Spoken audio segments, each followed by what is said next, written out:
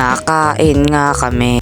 Pasakay ako sa e-bike. Kasama ko si Sab. May lagnat si Sab. Iinom ng gamot.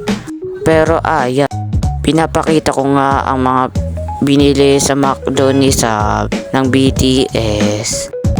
Nag-i-intro nga ako ng pasensya na hindi ako nakapag-upload Nagba-Bible kami pag Sabado. Nagdadasal nga kami dyan. Gawa ni Lolo yan. Ang ganda no. Nag-i-intro nga ako. Ipaparang ko sana si Kimi.